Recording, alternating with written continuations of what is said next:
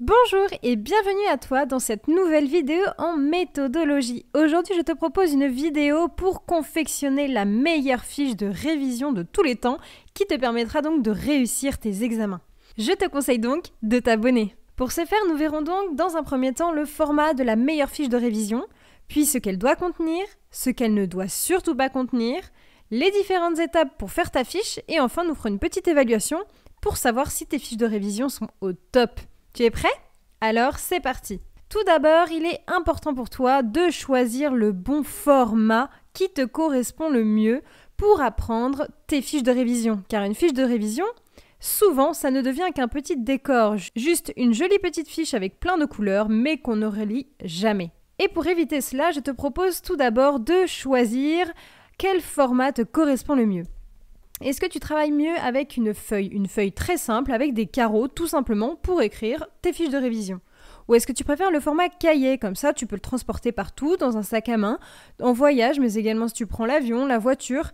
Ou encore, est-ce que les fiches blanches te permettent de visualiser beaucoup plus facilement les notions? Pour ma part, c'est l'option que je choisis. Pour moi, c'est le meilleur combo. À présent, je vais te donner les différentes petites choses que doit contenir ta fiche de révision pour qu'elle soit vraiment au top. Eh bien, ce n'est pas très compliqué. Tout d'abord, dis-toi qu'une fiche, une notion. C'est-à-dire que avant tes partiels, tu vas prendre ton cours, tu vas regarder le squelette, le plan du cours, et tu vas venir donc découper chaque notion une fiche. Et peu importe si tu as 30, 40 fiches. Ce n'est pas très grave car finalement sur chacune des fiches tu auras très peu d'informations mais elles viendront marquer ton esprit beaucoup plus facilement. Donc dans un cours où il y a par exemple 15 chapitres, eh bien tu fais le découpage tranquillement de tes différents chapitres. Ensuite ta fiche de révision doit comporter un plan apparent. C'est vraiment le plus important. Si tu es en études de droit, c'est ça qui te sauvera la vie pendant tes examens. Parce que, par exemple, si tu as une dissertation à faire, un commentaire de texte, eh bien, ton plan de cours sur la notion te reviendra tout de suite en tête et te donnera les clés pour réussir ou en tout cas pour obtenir la meilleure note possible. Donc, ta fiche de révision doit absolument avoir un plan apparent. D'autre part, ta fiche doit être structurée, c'est-à-dire que quand tu la regardes de loin, tu dois savoir à peu près combien de parties comporte ta fiche de révision. Ainsi, il faut vraiment que tu l'aères, qu'elle ne soit pas tout serrée, tout petit. D'autre part, mets des couleurs. Encore une fois, ça viendra structurer tes différentes notions et ton esprit l'imprimera beaucoup plus facilement. Enfin, ta fiche de révision doit comporter des mots-clés, pas des phrases, mais vraiment des mots-clés ou des groupes de mots et enfin, bien sûr, des arrêts et tes différents articles. Alors maintenant, que ne doit surtout pas contenir ta fiche de révision ?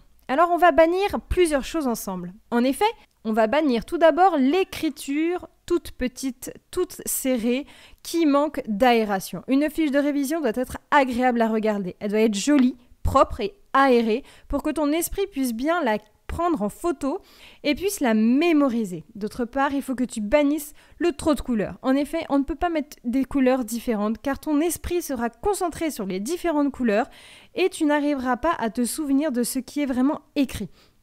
Facilite ton cerveau et permets-lui d'apprendre facilement visuellement avec des couleurs simples, du rouge, du vert, du bleu et du noir qui se détachent bien et comme ça, tu arriveras bien à mémoriser toutes les notions. Enfin, je te conseille de bannir la quantité. Encore une fois, mets des mots-clés, des groupes de mots, mais s'il te plaît, enlève les phrases trop grandes, car cela ne t'aidera pas. Une fiche de révision doit vraiment venir te donner les mots-clés, les petits thèmes, juste avant ton partiel, pour que tu puisses être vraiment au taquet pour avoir le meilleur résultat. Alors, les différentes étapes pour faire ta fiche de révision.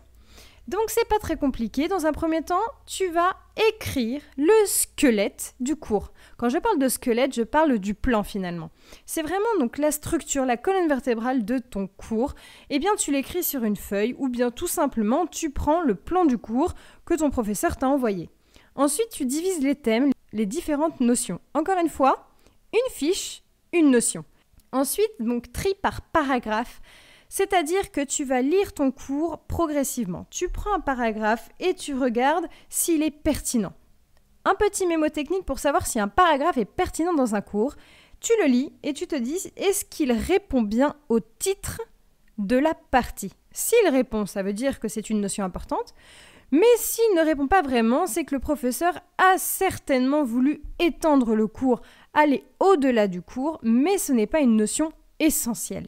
Encore une fois, ta fiche de révision regroupe les notions essentielles du cours. Alors à présent, évaluons ensemble ta fiche de révision pour savoir si c'est vraiment la meilleure fiche de révision qui te permettra d'avoir le meilleur résultat. Voici 2 questions qu'il faut absolument que tu te poses à la fin de chaque fiche de révision. Tout d'abord, pose-toi la question de savoir si tu peux résumer en quelques mots ta fiche de révision. Si oui, alors ça veut dire que ta fiche est optimale, qu'elle va à l'essentiel et que donc tu as compris la notion. D'autre part, pose-toi la question de savoir combien y a-t-il de thèmes dans ta fiche de révision. Si tu arrives à donner finalement les 3 parties ou les 4 parties de ta fiche de révision en quelques mots ou simplement avec les mots-clés, eh bien c'est que ta fiche est vraiment parfaite et que par conséquent, elle t'a permis d'apprendre le cours. Car finalement, à la fin d'une fiche de révision, tu dois connaître ton cours et c'est ça qui te permet de savoir si ta fiche est bien faite. Voilà, j'espère que cette vidéo a bien su t'aider dans la rédaction de tes différentes fiches de révision. En tout cas, je te souhaite bon courage et surtout, abonne-toi. À bientôt!